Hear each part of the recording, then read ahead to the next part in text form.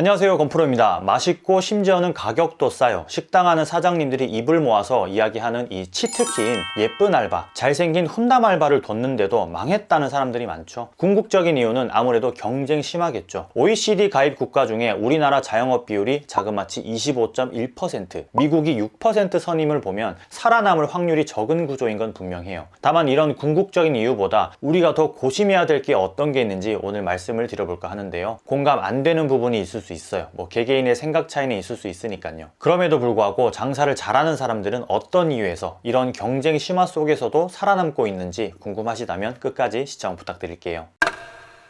우선 식당의 가장 주된 목적, 그러니까 원론적인 부분으로 들어가면 먹는 것을 소비자에게 파는 거예요. 그런데 이런 식당들이 초반에 말씀드렸던 경쟁 심화 때문에 너무 많이 생겨나고 있어요. 그리고 그 해결책을 인간의 가장 기본적인 심리를 이용하는 저렴한 가격을 무기로 들고 나와요. 오래전부터 가격으로 승부를 보는 식당들은 참 많았어요. 그리고 꾸준히 변화하면서 지속적으로 가격 경쟁을 유도하죠. 그런데 아무리 가격을 낮춰도 살아남지 못하는 식당들이 많아요. 이유는 이 가치를 잃어버렸기 때문에 그래요. 가격이라는 건 사람이 일시에 혹할 수 있어요. 그리고 경험을 통해 그 가치를 알아버리는 거죠. 예를 들어 무한리필 식당의 경우를 보면 우리가 쉽게 알 수 있어요. 지금껏 수많은 무한리필 식당들이 있었어요. 승승장구하고 있는 무한리필 식당도 여전히 존재해요. 문제는 가치를 담지 않는 무한리필은 그저 일시적인, 오래가지 못하는 아이템으로 전락해버리고 말아요. 가격만 싸다고 해서 소비자의 선택을 받을까요? 물론 일회성으로 경험은 하게 되죠. 그리고 그 경험에서 가치를 느끼지 못한다면 바로 이탈하게 돼요. 여러분들이 한 번쯤 가보신 무한리필집을 왜 2번 이상, 3번 이상 방문하지 않는 걸까요? 네, 가치를 느끼지 못해서일 게 분명해요. 무한리필 뿐만이 아니죠. 우리 동네에 8,000원짜리 육개장을 팔아요. 그런데 옆에 7,000원짜리 육개장 가게가 등장해요. 만약 7,000원짜리 육개장이 8,000원짜리와 비슷한 가치를 가지고 있다면 8,000원짜리는 금방 손님을 잃을 거예요. 그런데 대부분 7,000원짜리 육개장을 운영하는 사장님들은 이 가치를 담지 못해요. 그래서 싸게 파는데도 불구하고 8,000원짜리를 이길 수 없게 되는 거예요. 그럼 이 가치는 도대체 뭘까요? 예쁜 알바, 잘생긴 훈남, 멋들어진 인테리어, 여러 가지 부분이 복합적으로 존재하겠지만 식당에서의 가치는 주관적인 맛과 서비스예요. 7,000원짜리 육개장의 주관적인 맛이 8,000원과 비슷한 수준이고 서비스 역시 동일하다면 과연 쉽게 무너질까요? 아니요. 아마 8,000원짜리 육개장을 파는 사장님은 더더욱 가치를 높여서 이 경쟁을 이어나갈 거예요. 가격을 내리진 않는다는 거죠. 그가 이미 8,000원의 육개장에 가치를 담아 판매를 하고 있었다면 말이에요. 장사를 할 줄 아는 사장님이었다는 얘기인 거죠. 대부분은 이런 가치를 아는 사장님과의 경쟁에서 7,000원짜리 육개장이 두 손 두 발 다 들고 나가는 상황이 벌어지지만 뒤늦게라도 7,000원짜리 육개장에 가치가 담기게 되면 이건 전쟁의 시작이 되는 거예요. 다만 또 다른 이유 때문에 7,000원짜리 사장님은 참패를 맛보게 되는 경우도 있어요. 식당으로 비유하기가 좀 모호한 부분이지만 바로 손님들의 심리적인 기반에서 요인하는 부분이 커요. 컴플레인은 음식에서 무언가 이물질이 나온다거나 하는 걸 직접적으로 사장님에게 얘기하는 걸 뜻하진 않아요. 그저 속으로 손님 마음으로만 이렇게 생각을 하게 되는 거예요. 역시 가격이 저렴하니까 맛도 그렇고 서비스가 별로구나 하고 말이죠. 그리고 가격이 저렴하면 저렴할수록 기본적인 인간의 심리는 가치 판단에 있어서 아주 객관적인 잣대를 가지지 못해요. 이래서 가격이 저렴하군 하고 넘겨짓는다는 거죠. 즉 똑같은 양꼬치를 팔아도 가격이 높으면 냄새가 나지 않고 가격이 조금 저렴하면 잡내가 난다고 하는 실험 결과가 있는 것과 비슷한 거예요.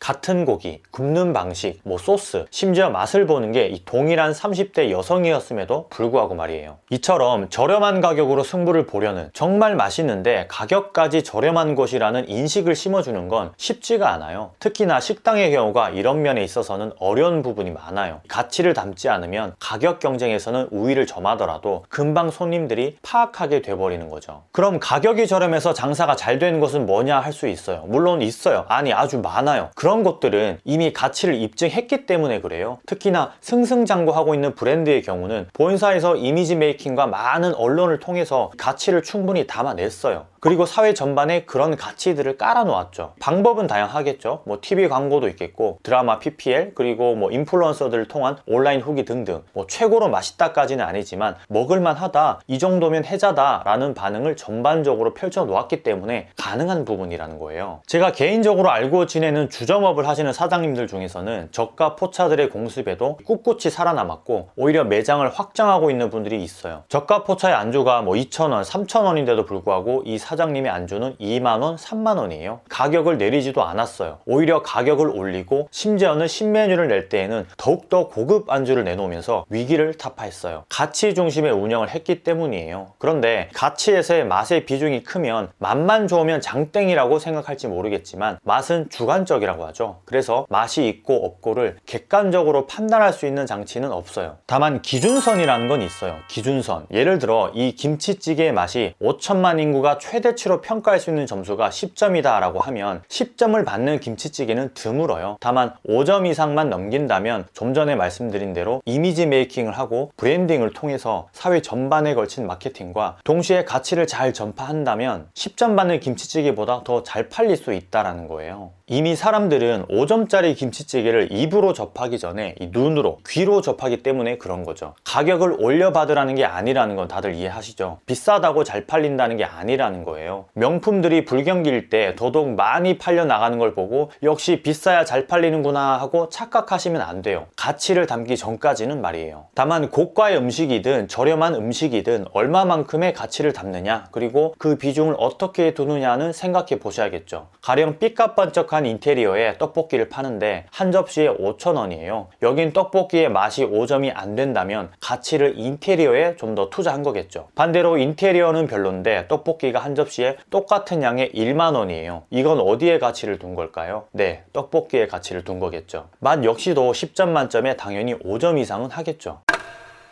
얼마 전 동네에 새로 생긴 디저트 가게를 간 적이 있어요. 차를 타고 좀 가야 하는 외곽에 있는 멋들어진 인테리어의 가게였는데 인스타그램을 보고 한번 가보고 싶어서 가게 됐어요. 사진이 정말 예술이더라고요. 제가 유튜브 스토리에도 영상으로 올리면서 혹평을 한 적이 있는데 이 가게의 가치는 일단 브랜드와 비주얼 그리고 인테리어였어요. 맛은 보통 수준이었고요. 아니 5점은 안 됐던 것 같아요. 그런데 서비스 가치가 형편없었어요. 심지어 직원도 아니었고 주인분이 직접 저를 응대했는데 바빠서 그랬다고 보기에는 애매한 상황이 연출됐어요. 자리가 없어서 어떻게 해야 되는지 여쭸음에도 불구하고 본인 소관이 아니다. 기다리다가 자리가 나면 앉아서 주문을 하면 된다라고만 했거든요.